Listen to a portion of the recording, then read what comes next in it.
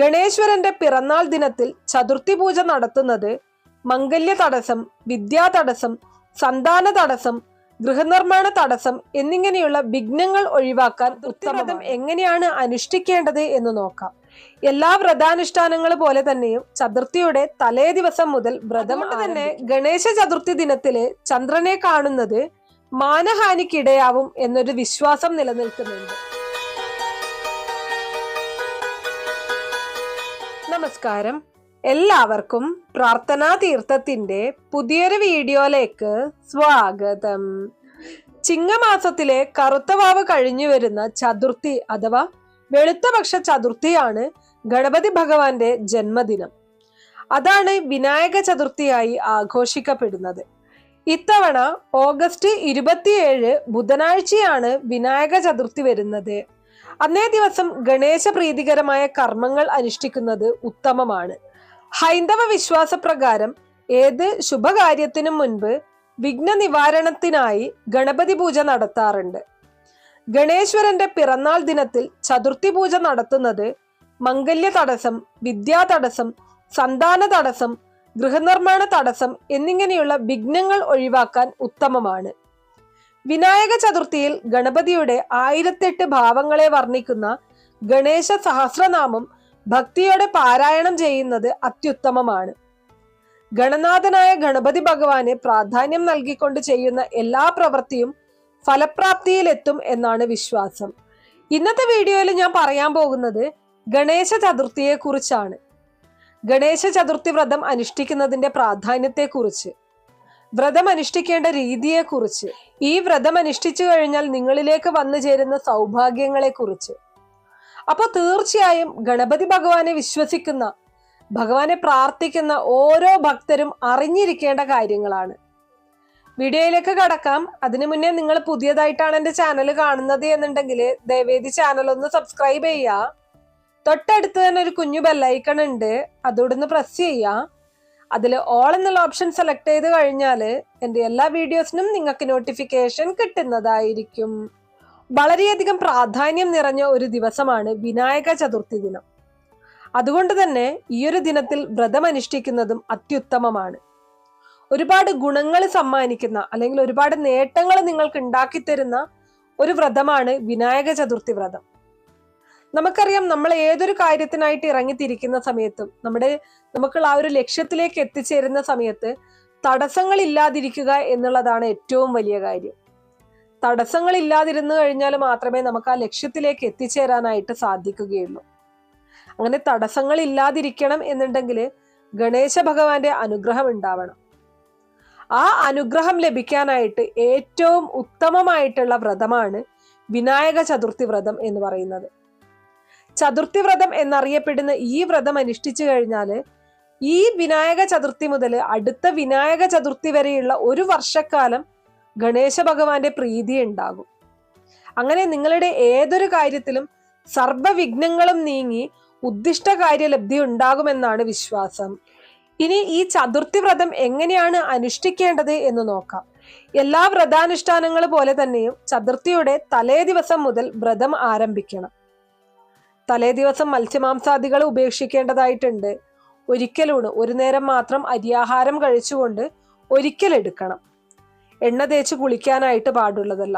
അതുപോലെ തന്നെ ഏതൊരു വ്രതമായാലും അനുഷ്ഠിക്കുന്ന സമയത്ത് പകലുറക്കം പൂർണ്ണമായിട്ടും നിഷിദ്ധമാണ്. ചതുർത്ഥി ദിനത്തില് സൂര്യോദയത്തിന് മുന്നേ കുളിച്ച് ശരീരശുദ്ധി വരുത്തി ശുഭ്രവസ്ത്രം ധരിച്ച് നിലവിളക്ക് തെളിയിച്ച് ഗണപതി ഗായത്രികൾ ഭക്തിയോടെ ജപിക്കണം. കിഴക്കോട്ട് തിരിഞ്ഞിരുന്നു കൊണ്ടാവണം നമ്മൾ ജപിക്കുന്നത്. 108 തവണ ജപിക്കുന്നതാണ് ഏറ്റവും ഉത്തമം. ഇനി അതിന് സാധിച്ചില്ല എന്നുണ്ടെങ്കിൽ കുറഞ്ഞത് 10 തവണയെങ്കിലും ജപിക്കാനായിട്ട് ശ്രമിക്കുക. തുടർന്ന് നിങ്ങളുടെ വീടിനടുത്തുള്ള ഗണേശ ഭഗവാന്റെ ക്ഷേത്രത്തിൽ ദർശനം നടത്താം. അവിടെ നിങ്ങളാൽ കഴിയുന്ന വഴിപാടുകൾ സമർപ്പിക്കുക. ധാന്യഭക്ഷണം ഒരു നേരമായി കുറച്ചുകൊണ്ട് മറ്റുള്ള സമയങ്ങളിൽ പാലും പഴവും മറ്റും കഴിക്കാവുന്നതാണ്. ഒരിക്കലൂണും അഭികാമ്യം. ദിനം മുഴുവൻ ഗണേശ സ്മരണയോടെ കഴിച്ചുകൂട്ടുന്നതാണ് ഏറ്റവും ഉത്തമം. കഴിയാവുന്നത്ര തവണ മൂലമന്ത്രമായ ഗം ഗണപതയെ നമഃ എന്ന മന്ത്രം ജപിക്കുക. സാധ്യമെങ്കിൽ വൈകുന്നേരവും ക്ഷേത്ര ദർശനം നടത്താനായിട്ട് ശ്രമിക്കുക. പിറ്റേ ദിവസം തുളസി തീർത്ഥമോ ക്ഷേത്രത്തിലെ തീർത്ഥമോ സേവിച്ച് പാരണ വീടാം. അപ്പോൾ ഇത്രയുമാണ് നമ്മൾ വ്രതമനുഷ്ഠിക്കുന്ന സമയത്ത് ചെയ്യേണ്ടത്. ദുരന്ത നിവാരണത്തിനും പാപമുക്തിക്കും കറുകമാല, കാര്യസിദ്ധിക്കും വിവാഹ തടസ്സ നിവാരണത്തിനും മുക്കുറ്റിമാല, കാര്യവിജയത്തിന് ദ്വാദശ മന്ത്രാർച്ചന, ഐശ്വര്യസിദ്ധിക്കായി സഹസ്രനാമാർച്ചന തുടങ്ങിയ വഴിപാടുകൾ അന്നേ ദിവസം ക്ഷേത്രത്തിൽ കഴിപ്പിക്കുന്നത് ഉത്തമമാണ്. ഭക്ഷണപ്രിയനായ ഗണപതി ഭഗവാന് ഉണ്ണിയപ്പം, മോദകം തുടങ്ങിയ മധുര പലഹാരങ്ങൾ നിവേദിച്ചാൽ മനോസുഖം, മനസമാധാനം, കാര്യസിദ്ധി തുടങ്ങിയവയ്ക്ക് വളരെ പ്രയോജനകരമാണ്. പാർവതി ദേവിയുടെ നിർദ്ദേശപ്രകാരം അസുരന്മാരാൽ പൊറുതിമുട്ടിയ ദേവന്മാർ കളിമണ്ണിൽ ഗണേശ വിഗ്രഹം നിർമ്മിച്ച് പൂജിച്ചു എന്നും അതിൽ പ്രസന്നനായ ഗണേശ ഭഗവാൻ അസുരന്മാരെ യുദ്ധം ചെയ്ത് നിഗ്രഹിക്കുകയും ചെയ്തു. നിഗ്രഹത്തിന് മുൻപ് അസുരന്മാർ തങ്ങൾ ഇനി മനുഷ്യന്മാരിൽ അവർ അറിയാതെ ജീവിച്ചോട്ടെ എന്ന് അനുവാദം ചോദിച്ചുവെന്നും അതിന് ഗണേശ ഭഗവാൻ അനുവദിച്ചു എന്നും, എന്നാൽ ആരാണോ ചിങ്ങമാസത്തിൽ ശുക്ലപക്ഷ ചതുർത്ഥി നാളുകളിൽ തന്നെ മണ്ണിലുണ്ടാക്കി പൂജ ചെയ്യുന്നത് അവരിൽ നിന്നും അസുരന്മാർ ഒഴിഞ്ഞു പോകണം എന്നും ഒരു നിബന്ധന വെച്ചു. ആയതിനാൽ ഈ കാലയളവിൽ കളിമൺ വിഗ്രഹം നിർമ്മിച്ച് പൂജിക്കുന്നവരിൽ അസുരഗണങ്ങൾ ഒഴിഞ്ഞുപോയി ഐശ്വര്യം സിദ്ധിക്കും എന്നുമാണ് വിശ്വാസം. മറ്റൊരു വിശ്വാസപ്രകാരം മഹർഷി വേദവ്യാസൻ മഹാഭാരതം രചിക്കാൻ ഭഗവാൻ ഗണേശനെ ക്ഷണിക്കുകയും മഹാഭാരതം എഴുതാൻ അഭ്യർത്ഥിക്കുകയും ചെയ്തു. ഗണേശ ചതുർത്ഥി ദിനത്തിൽ വേദവ്യാസൻ ശ്ലോകങ്ങൾ ചൊല്ലാൻ തുടങ്ങിയെന്നും അങ്ങനെ ഗണപതി ഭഗവാൻ മഹാഭാരതം എഴുതാൻ തുടങ്ങിയെന്നും വിശ്വസിക്കപ്പെടുന്നു. 10 ദിവസം ഭഗവാൻ നിർത്താതെ എഴുത്തു തുടർന്നു. ഈ 10 ദിവസം കൊണ്ട് ഭഗവാന്റെ മേൽ അഴുക്കു പടർന്നു. അത് വൃത്തിയാക്കാനായി 10ാം ദിവസം ഭഗവാൻ സരസ്വതി നദിയിൽ കുളിച്ചു. ഈ ദിവസം അനന്ത ചതുർദശിയായിരുന്നു.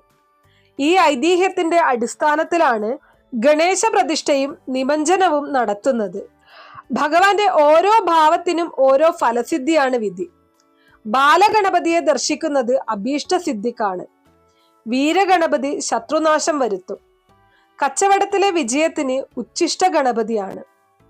ഐശ്വര്യവും സമ്പത്തും പ്രദാനം ചെയ്യുന്നതാണ് ലക്ഷ്മി ഗണപതി ദർശനം.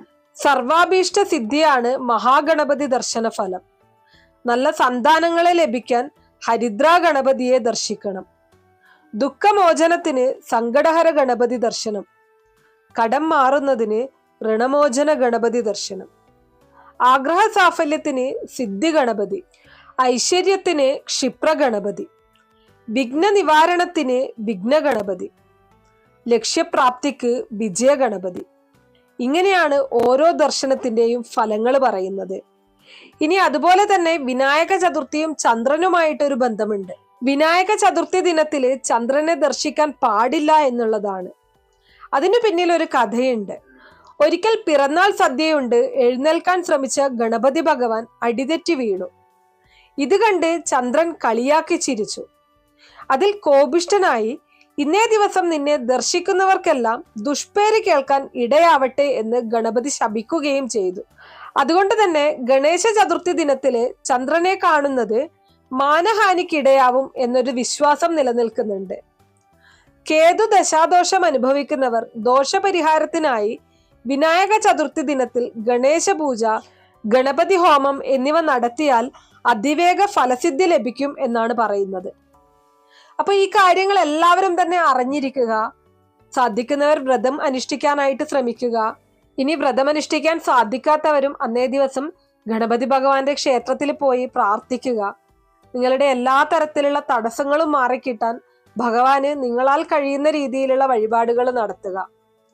അപ്പൊ ഇത്രയുള്ള ഇന്നത്തെ വീഡിയോ കുറച്ചു പേർക്കെങ്കിലും ഉപകാരപ്രദമായി കാണും എന്ന് വിശ്വസിക്കുന്നു.